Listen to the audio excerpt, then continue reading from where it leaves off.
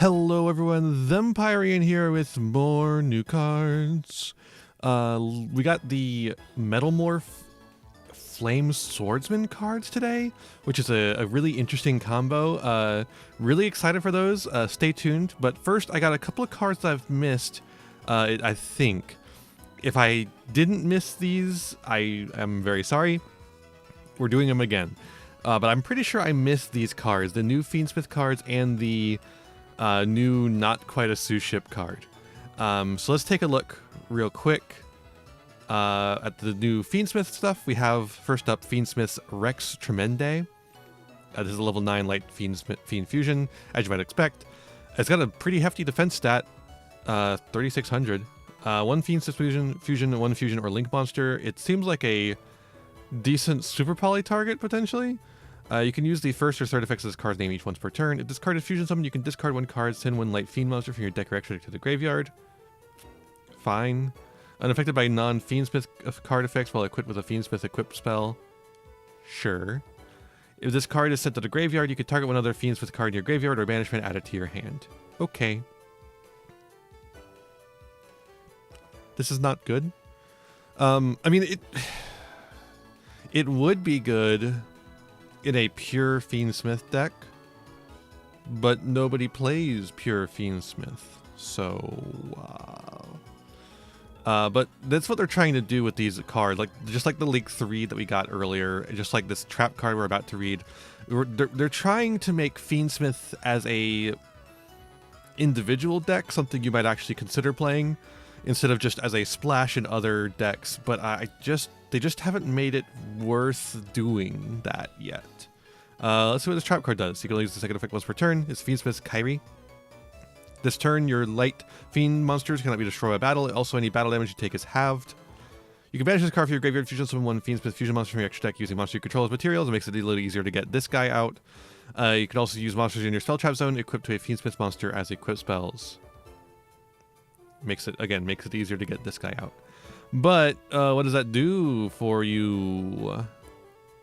It gives you a tower. You get a tower. Towers are cool, right? Everyone likes towers. The tower doesn't do anything, but you know. Yeah, I don't know. It doesn't seem good. But it is kind of funny that this looks like he's got her on a leash. The way they drew the hand and the thing that he's holding really makes it look like he's got her on a leash. But then they're together using this big fucking gun. Alright, let's get to the important card. Tempura of Chance, Ebi, or EBI. Ebi means shrimp. Level 3 Aqua Pendulum normal monster. So you notice it's a level 3 instead of a level 4 like the ships are. And it's a pendulum, unlike the other ones.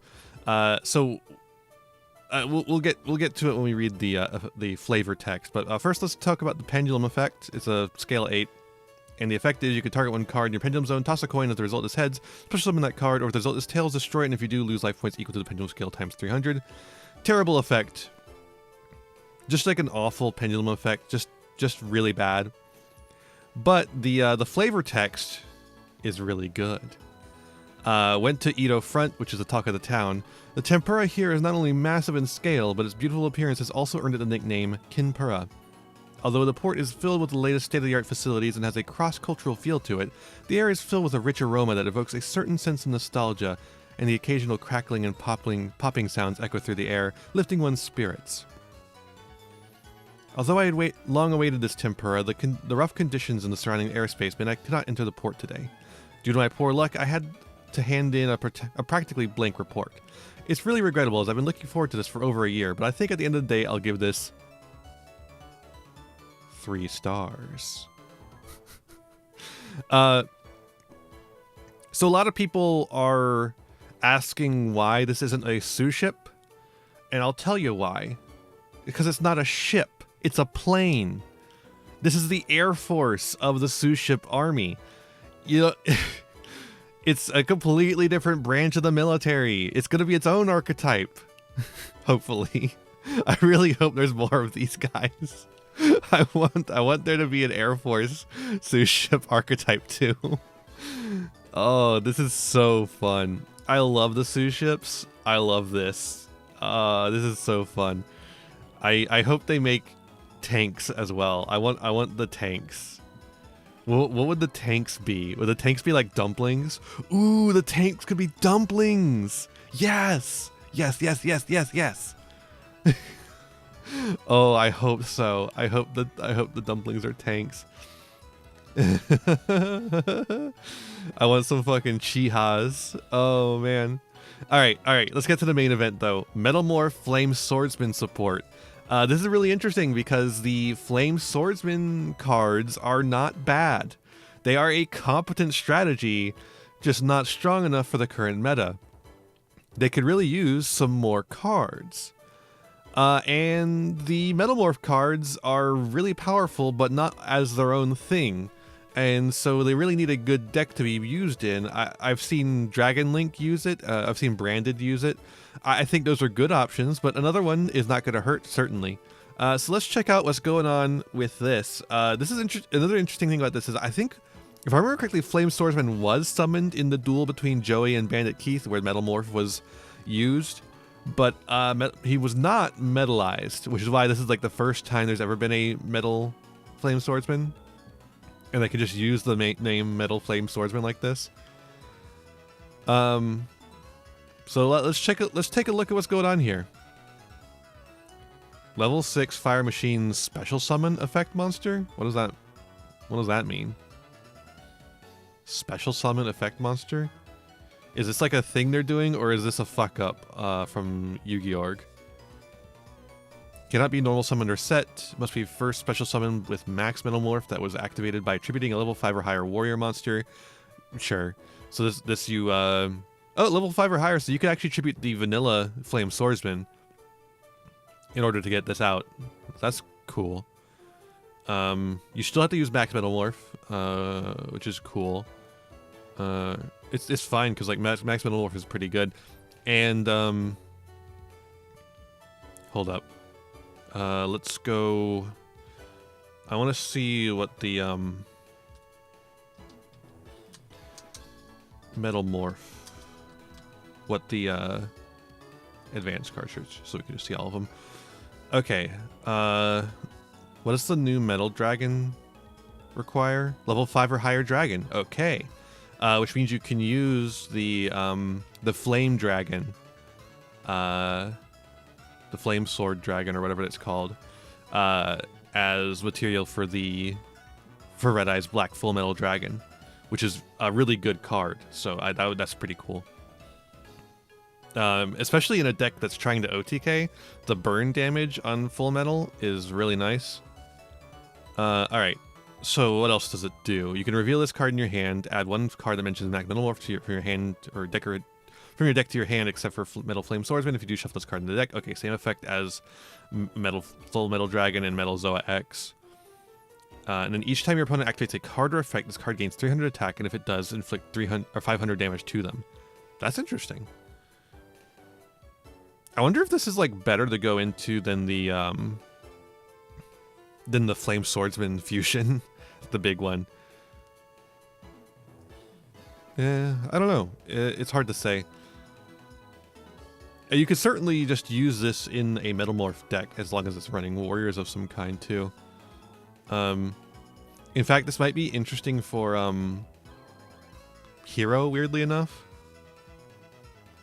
Like you can use Max Metalmorph and tribute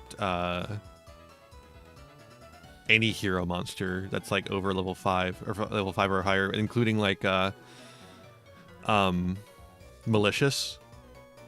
Makes a really easy way to get this guy on the field, and he does burn damage every time they activate a card or effect, so it's a tax dragon, but it also gains attack, making it harder to get over.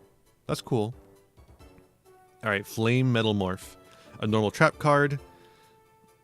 You can only activate one card as card's name per turn. Tribute one face-up monster that mentions Max Metalmorph. Special summon one monster from your deck that can't be normal summon or set and mentions Max Metalmorph, ignoring its summoning conditions, and you can equip this card to it as an equip card with this effect. If the equip card will be destroyed a battle or a card effect, you can send this card to the grave instead. Okay. That's interesting too. That actually allows you to do... I think that's actually a really good piece of support for the Metalmorph deck as like a deck, because this lets you more easily get into the end board that you want.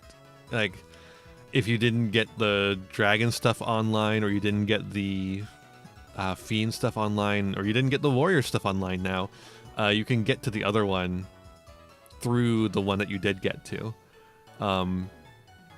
Probably the dragon, right? I would imagine that's like the best one. Although, I gotta say, Metal Flame Swordsman being a tax dragon, I think is pretty good. I do like that kind of effect as like a powerful end board piece. It's very annoying to play around, but it's a very powerful end board piece. What does Metal Zoa X do again? Its effect text is too long. It's a destruction when your opponent activates a monster spell or crowd effect. Yeah, okay. Monster pop. Yeah. So, you know, maybe you'd want that. But I think you'd rather have the other two. But yeah, this is quite interesting. Now, I will say... Metal Illusionist... Okay, it can become any type. That's good. So they did future-proof it for this, where you can just declare one other monster type. Cool. I was worried that it could just only become fiend or dragon, but no, they planned ahead. They planned ahead. Yeah, these seem quite good actually. Not for the Swordsman deck so much. I think they're okay for the Swordsman deck. I'm not gonna say they're bad for the Swordsman deck. In fact, I think Metal Flame Swordsman might be the most powerful Flame Swordsman card in the Flame Swordsman deck, frankly. Even though it requires the Max Metalmorph, but like the Max Metalmorph stuff is good, so like require is like a strong word too. More like gets to play. But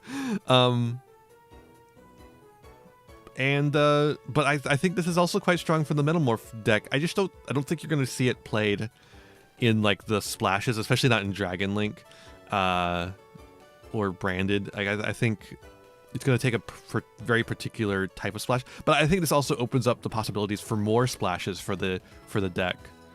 Because I could see warrior decks that taking advantage of the new Metalmorph Flame Swordsman stuff.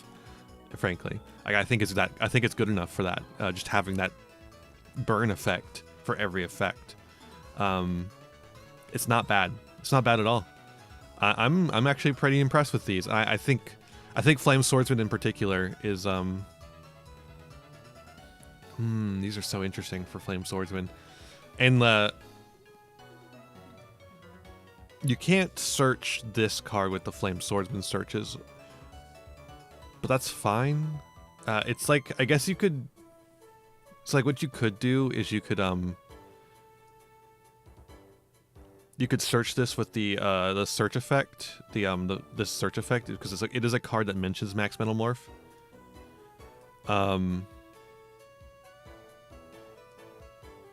So if you have an extra search, as in you've already got Max Metalmorph, you can go for Flame Metalmorph instead.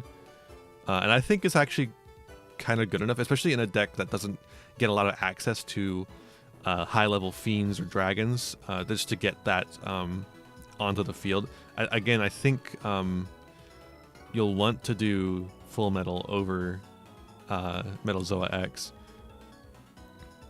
That negate plus inflict damage is really nice.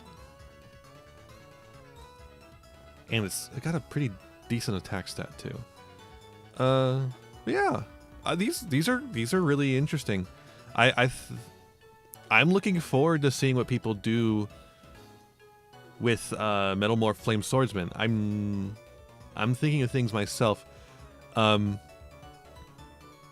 know, it's interesting. I don't think we were playing Instant Fusion before in that deck. I certainly wasn't. or Ready Fusion, or the other. There's like another card that's like you reveal a fusion and then you can summon the material from the extra deck. That card was like specifically made for Flame Swordsman, and yet nobody plays it in that deck.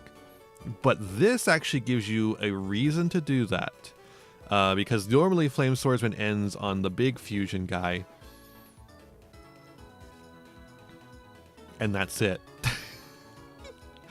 But with this, if you had like the instant fusion in hand to add the instant fusion or Ready Fusion or the other one that's like mentioned, to add the Flame Swordsman onto the board, you could then use this to change the Flame Swordsman into Metal Flame Swordsman, and then you'd have two things on the board. And then this this trap card here could also turn that Flame Swordsman into the Red Eyes. Or, you know, the instant fusion, Ready Fusion thing could also be the dragon, getting the Flame Dragon out, and then having that become Red Eyes. You know, I think there's some interesting things. Now, I will say, though, I wish you could do both. Because, like, let's see, this one, it does require you to tribute the face-up monster dimensions maximum. Do these say must first be special summoned? Okay, so if you have some way to get them out of the grave.